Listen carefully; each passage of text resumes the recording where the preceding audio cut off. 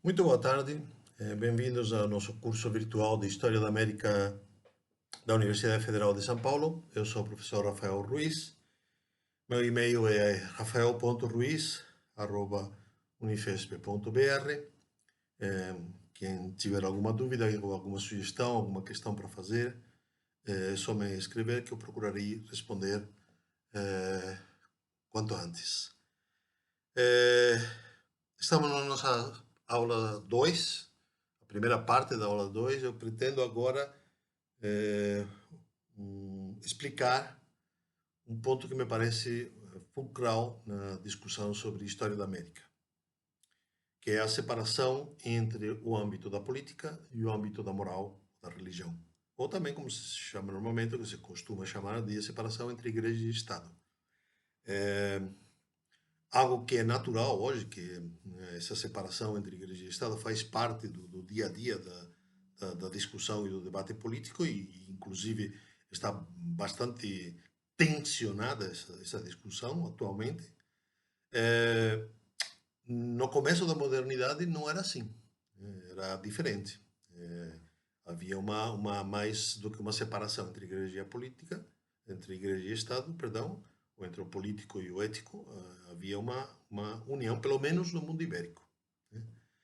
Então, eu vou tentar explicar isto nessa segunda aula. Agora, nessa primeira parte, vou explicar especificamente as diferenças que se podem encontrar entre a obra de Thomas More, a Utopia de Thomas More, e O Príncipe de Maquiavel. São duas obras assim fundantes da modernidade, da política moderna, e que foram escritas quase que contemporaneamente, bem no começo do século XVI, 1500 e pouco. Né? Antes de eu explicar essas diferenças entre os dois livros, os dois autores, eu gostaria de fazer referência, até pelo inusitado do fato, pouco conhecido, ao discurso de abertura, ao discurso de lançamento da campanha presidente por parte de Barack Obama. Nesse discurso, ele fez referência ao Kennedy, ele fez referência ao que ele, Obama, tinha falado na sua campanha ao Senado, quando questionado pelo candidato do Partido Republicano, que era um homem profundamente religioso e que tinha que inclusive acusou Obama de defender o aborto e o homossexualismo, e que isso daí não seria muito próprio eh, eh, de uma pessoa cristã. Obama, na sua candidatura ao Senado, né, nesse momento da discussão com o republicano, ele disse que ele não misturaria os campos, né, e fez um discurso muito parecido com o discurso do Kennedy. Né? Mas, isso que quero agora focar mais, né? Posteriormente, quando se candidata à presidência dos Estados Unidos, ele reformula o seu pensamento e ele fala de uma forma que me parece assim, como disse, inusitada. Ele comentou, né, que a solução para certos problemas sociais exigia uma transformação moral. O medo de cairmos em um sermão moral pode levar-nos, isso é literal, a minimizar o papel que os valores e a cultura desempenham em alguns de nossos mais prementes problemas sociais, tais como pobreza e racismo, falta de assistência médica e desemprego, que exigem mudanças no coração e na consciência. Veja que coisa interessante. O então candidato a presidente dos Estados Unidos, Barack Obama, diz que o problema dos Estados Unidos, o problema do racismo, que está acontecendo agora, outra vez, do racismo nos Estados Unidos, o problema da assistência médica e da saúde, que está acontecendo agora, outra vez, é um problema não apenas de mudanças estruturais, institucionais ou legais, mas é um problema de mudança no coração cito novamente, e na consciência das pessoas. E aí ele concluía, a parte que me interessa entrar aqui, vou ler literalmente, né? Ele, para explicar essa posição, ele diz o seguinte: os secularistas são aqueles, como muitos de nós, que pensam que os campos têm que estar separados. Não podemos misturar igreja e Estado, não podemos misturar o político e o religioso. E se uma pessoa é religiosa, uma pessoa tem uma crença religiosa, ela não pode usar disso, não pode falar disso no espaço público. É o que normalmente acontece hoje no Brasil, nos Estados Unidos ou em qualquer outro lugar. Os secularistas estão errados quando pedem aos crentes que deixem sua religião para trás, antes de entrarem na vida pública. Frederick Douglass, Abraham Lincoln, William Jennings Bryan, Dorothy Day, Martin Luther King. Na verdade, a maioria dos grandes reformistas da história dos Estados Unidos não somente eram movidos pela fé, como frequentemente usavam a linguagem da religião para defender suas causas. Assim, dizer que homens e mulheres não deveriam levar sua moral pessoal para os debates sobre políticas públicas é um absurdo. Nossa lei é, por definição, uma codificação da moralidade, grande parte dela fundamentada na tradição judaico-cristã. Veja que coisa interessante, né? E ele ganhou.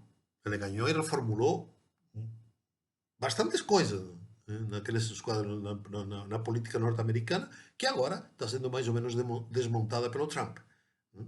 Mas, sem dúvida, toda a questão do Obamacare, a preocupação com a saúde pública dos norte-americanos, foi encampada pelo Obama, como ele disse, porque era uma questão de bom coração e de boa consciência. Lembrem que nessa primeira aula, quando eu fiquei falando do Richard Morse, falei que Richard Morse definia a separação e a divisão entre a colonização ibérica e a colonização britânica, precisamente fundamentada nessa distinção. Os britânicos toparam ou exigiram uma objetividade e um contratualismo que os ibéricos não quiseram. Os ibéricos preferiram partir pela linha da subjetividade e da crença na consciência pessoal. E agora Obama está praticamente, podemos dizer assim, retomando as premissas do mundo ibérico e contestando as premissas do mundo anglo-americano e ganhando a eleição. Então agora vamos falar, né, vamos adentrar mais especificamente na nossa aula. Né? Como é que eu vejo, do meu ponto de vista, essa distinção entre a obra de Maquiavel e a obra de Thomas More. Antes de Maquiavel, na tradição clássica do mundo greco-romano e do mundo medieval e, portanto, cristão, que vai ser a tradição que vai manter Thomas More na sua utopia, para que o príncipe, para que a sociedade fosse justa, para que as relações fossem justas e para que realmente se estabelecesse a justiça, ou seja, num caso concreto, numa briga entre duas pessoas, uma briga entre a pessoa e o rei, ou o nobre, para que houvesse justiça, para que se estabelecesse a justiça, dizia a tradição, era preciso que o rei e que o juiz, que era o delegado ou representante do rei, fossem justos.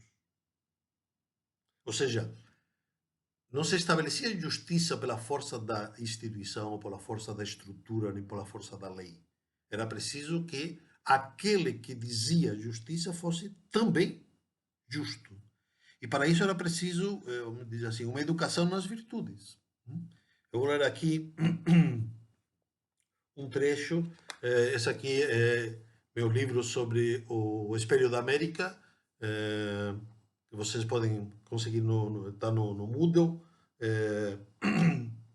Eu vou ler o capítulo precisamente sobre a utopia, na página 73. Então, que os utopianos faziam do ponto de vista de More? Os utopianos ensinavam as crianças desde pequenininhas, né, um jogo onde as virtudes triunfavam dos vícios e triunfavam com muito esforço, com muita batalha, né? Era uma espécie de jogo de xadrez. Um dos jogos é o combate dos vícios e das virtudes em jeito de batalha sobre um tabuleiro. Este jogo mostra com clareza a discórdia e a anarquia que reina entre os vícios e o seu perfeito acordo e unidade quando se opõem às virtudes. Então é gozado, né? Os vícios estão sempre revoltos, sempre são meio incontroláveis, mas quando vão atacar a virtude, eles se juntam. Interessante, né? Mostra ainda os vícios que se opõem a cada uma das virtudes, como as atacam astuciosamente e por processos indiretos, e a dureza e a violência com que as enfrentam em campo aberto. Isto aqui diz respeito a uma tradição que já vem dos gregos, mas que depois a Igreja Católica vai ressignificar e explicar com muito detalhe, né? Que para cada virtude corresponde um vício, e para cada vício corresponde uma virtude, né? Então, você vai ter os pecados capitais, você vai ter os vícios capitais, né? Que são a ira, a luxúria, a preguiça, né? Esses vícios capitais são 7, né? Esses vícios capitais têm o seu correspondente, né? Seu correspondente virtude, né? Então, com a ira, a mansidão, né? Com a preguiça, a diligência, com a luxúria, ou a gula, a castidade ou a temperança. Então, estão sempre enfrentados, né? E é preciso que as pessoas aprendam a viver e a conviver com essa luta interna de vícios e de virtudes, né? Este jogo evidencia como a virtude resiste ao vício e o domina, como frustra os seus intentos e, finalmente, como um dos dois partidos alcança a vitória. Pode ser que seja o vício que ganhe e que perca a virtude. E aí, então, teremos uma pessoa viciosa, não talvez em tudo, mas em algum tipo de vício, ou teremos uma pessoa mais virtuosa, não em todas as virtudes, mas em algum tipo de virtude. O que importa é que o juiz seja justo, né? Que ele não se deixe levar pela injustiça, né? Pela destemperança, né? Pelos interesses. Essa é a teoria do Thomas More. Ele vai romper essa tradição, perdão, o Maquiavel vai romper essa tradição precisamente porque ele vai falar, né, que o que importa, todos nós conhecemos essa parte de Maquiavel, né? O que importa não é que o príncipe seja bom, virtuoso e religioso e justo. O que importa é que o príncipe, pareça. Então, pareça justo. Então, é interessante, né? Porque aqui está se separando a esfera do ser da esfera do discurso, por exemplo, que é o que nós temos hoje. O que nós temos hoje, praticamente, é discurso, narrativas, né?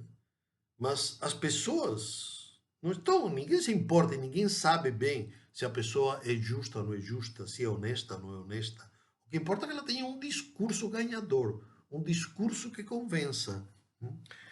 Olha só como diz, né, Maquiavel no seu livro.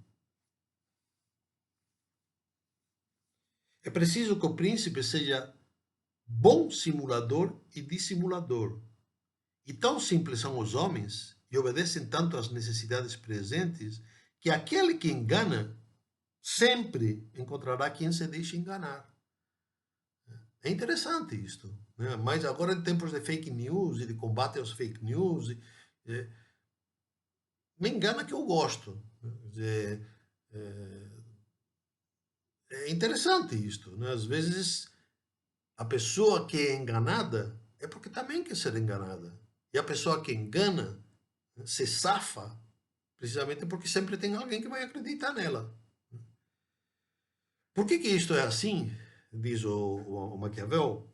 Porque o príncipe não precisa possuir todas as qualidades acima citadas, bastando que aparente possuí-las. Antes teria eu a audácia de afirmar que, possuindo-as e usando-as todas, essas qualidades seriam prejudiciais, ao passo que, aparentando possuí-las, são benéficas. Por exemplo, de um lado, parecer ser efetivamente piedoso, fiel, humano, íntegro, religioso, e de outro, ter o ânimo de, sendo obrigado pelas circunstâncias a não o ser, tornar-se o contrário. É bem isto que é a política moderna. O Maquiavel é fundador da política moderna. O que importa é parecer. O que importa é ter um discurso que convença. Não que a pessoa seja o príncipe, o juiz, o governador, o deputado. Não interessa se ele é ou não é honesto. O que importa é que ele tenha um discurso que pareça honesto. Essa é a grande sacada de Maquiavel quando escreveu O Príncipe. Porque o que ele diz é exatamente isso. Se o príncipe quiser viver as virtudes cristãs, como na tradição do bom governo, ele vai perder o poder. Ele vai perder o poder. E o pior é mesmo, ele perde o poder. Né? Ele perde o poder. É terrível isto. Reparem uma coisa interessante, que aqui neste ponto estamos falando de virtudes. Né? Maquiavel e Thomas More falam de virtudes, não falam de valores. Esse é um detalhe muito importante. Eu vou me permitir que vocês me deem uns 3, 4 minutos para eu explicar isto. Vejam, há uma diferença muito grande entre virtude e valor. As palavras são as mesmas. Então a gente fala da honestidade, da justiça, da veracidade. Hoje em dia a gente fala da veracidade. A grande questão, a grande virtude hoje é a veracidade. Né? Mas ela é uma virtude ou um valor? A ideia de valor surge principalmente com a filosofia romântica no século XIX, principalmente com Scheller. Max Scheller ele vai colocar uma hierarquia de valores e vai ficar falando de que existe um mundo de valores que é diferente do mundo do ser. Né? E esses valores são esses, os mesmos que na tradição filosófica anterior se chamavam de virtudes. Né? Mas a palavra valor parece que é mais abrangente, né? Tá mais secularizada. Por quê? Porque quando eu falo em virtude, eu estou falando em moralidade. Quando eu falo em valores, eu estou falando em políticas públicas. A gente, como política pública, a gente precisa defender, né, a honestidade, a justiça, o devido processo legal, a veracidade da informação, a liberdade de informação. Mas tudo isso eram também virtudes. Eram as virtudes que vinham da época dos gregos, da época medieval e da época cristã. Né?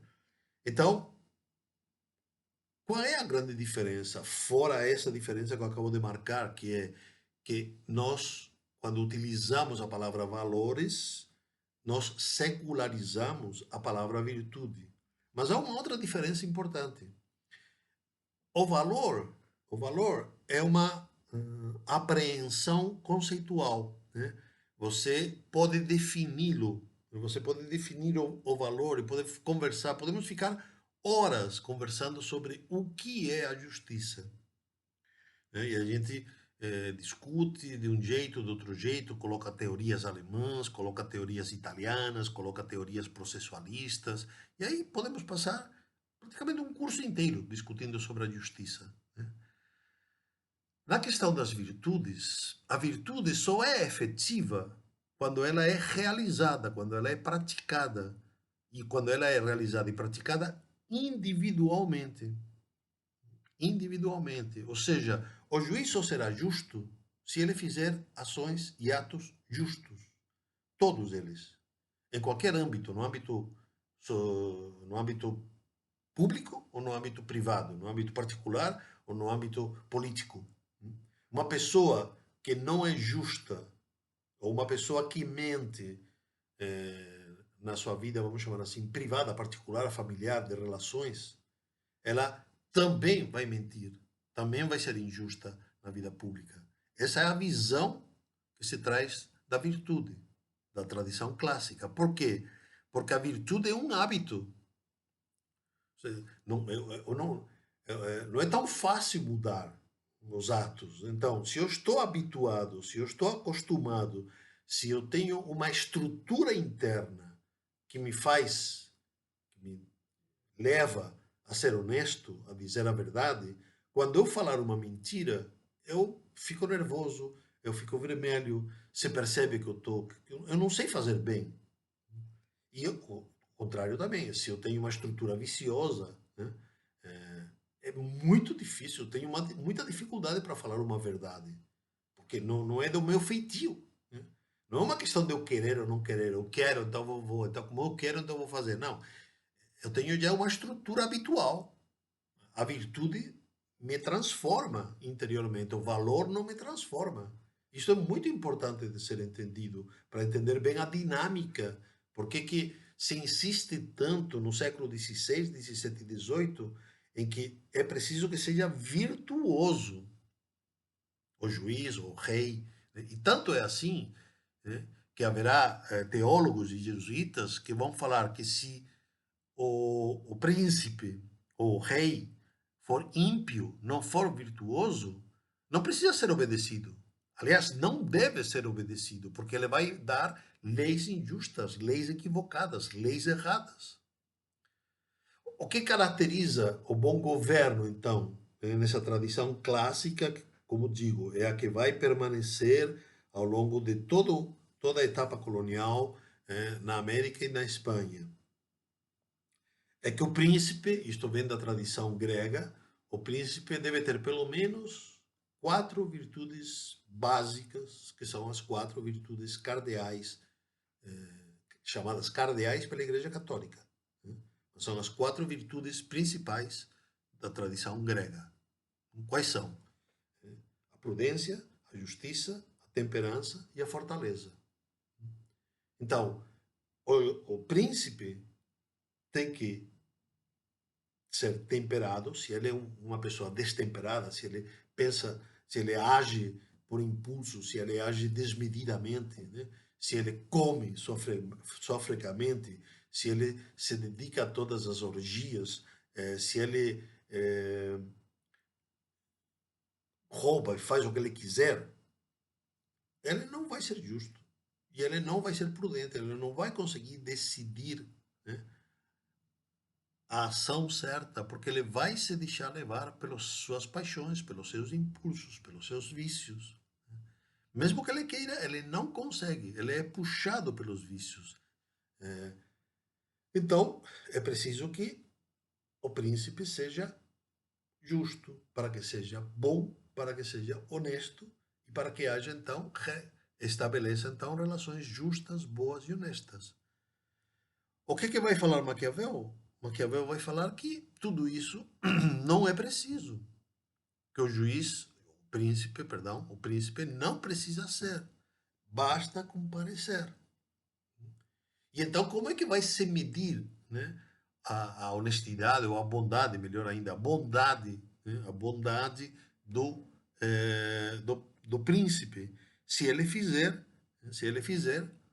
um governo efetivo, eficaz, se ele conseguir aquelas coisas que ele se propõe, se ele tiver sucesso, se ele tiver êxito, né, nos seus empreendimentos. Então, veja, é bem interessante, né? Porque são duas formas de olhar para a vida política. Né? Uma é maquiavélica, moderna, é, hegemônica atualmente, que é assim, o que importa é um pouco meio Maluf. O que importa é fazer.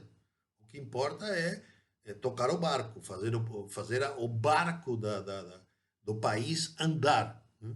Isso que importa, ter resultados, né? Ter eficácia.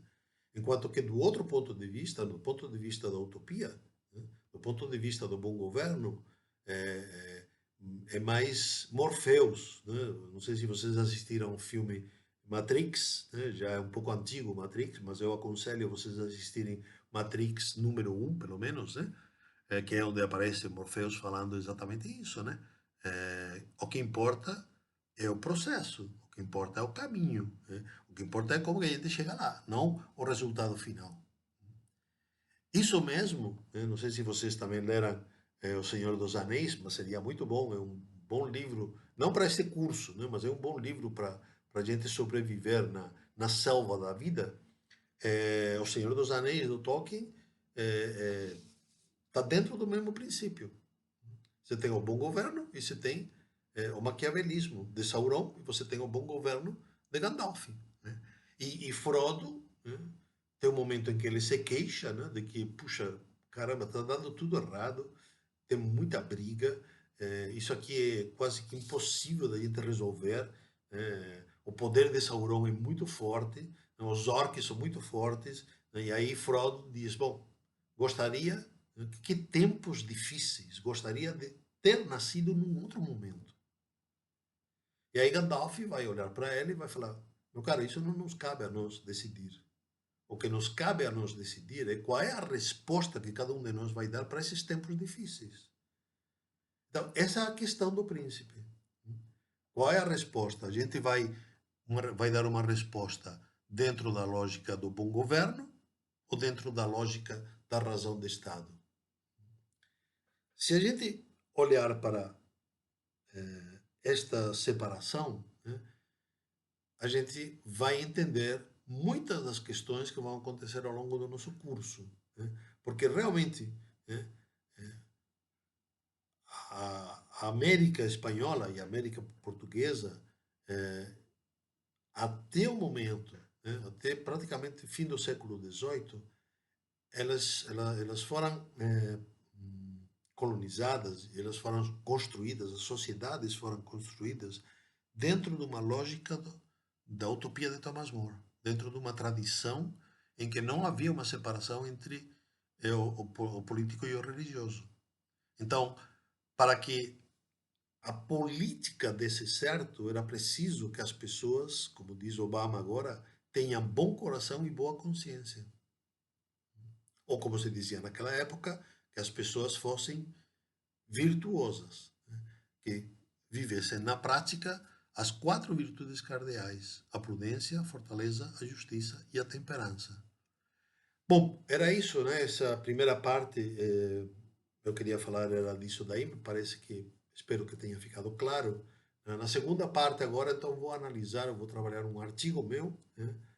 Onde eu falo da cisão de ética e política na modernidade, né? Eu vou procurar explicar com mais vagar, né, como esse processo de separação foi sendo construído, né? Através de Aristóteles, de Maquiavel, e da leitura do Leviatã de Hobbes.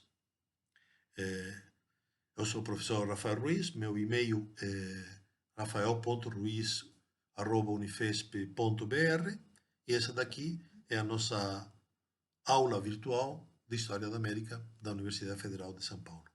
Muito boa tarde.